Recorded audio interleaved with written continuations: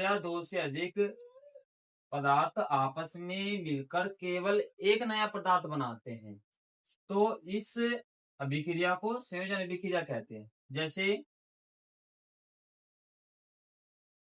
2H plus O2 is equal to 2H2O।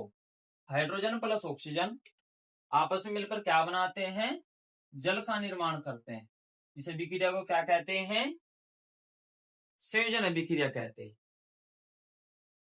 इसके बाद calcium oxide plus जल क्या बनाते हैं? Calcium hydroxide. ये खुद में एक दुर्बल अक्षार है। कैसा है?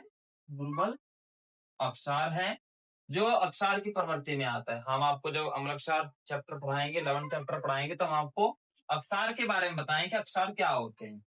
इसके बाद जैसे कि हाइड्रोजन और ऑक्सीजन मिलकर क्या बनाते? दोनों तत्व आपस में मिलकर एक नया पदार्थ बनाते हैं, जैसे जल।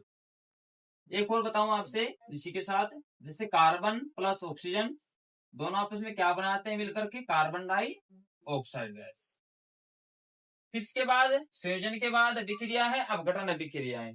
अपघटन अभिक्रिया किसे कहते हैं? ये था दो पदार्थ आपस में मिलकर एक नए पदार्थ का निर्माण करना, और अभिक्रिया है दो पदार्थ आपस में टूटकर कोई अलग अलग पदार्थ बनाना। जैसे जब कोई एक यौगिक टूटकर दो या दो से अधिक सरल पदार्थों में विभाजित हो जाता है, यानी कि एक यौगिक टूटकर अलग अलग पदार्थों में विभाजित हो जाते हैं, इस अभिक्रिया को क्या कहते हैं?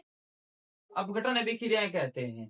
जैसे calcium carbonate is equal to calcium oxide plus carbon dioxide.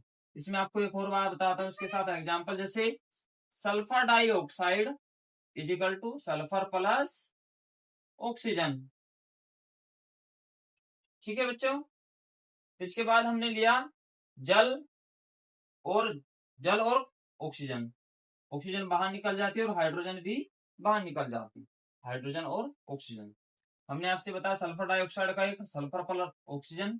और हम आपको एक और एग्जांपल बताते जैसे कि कार्बन डाइऑक्साइड को तोड़ेंगे तो क्या बनेगा? Carbon plus oxygen.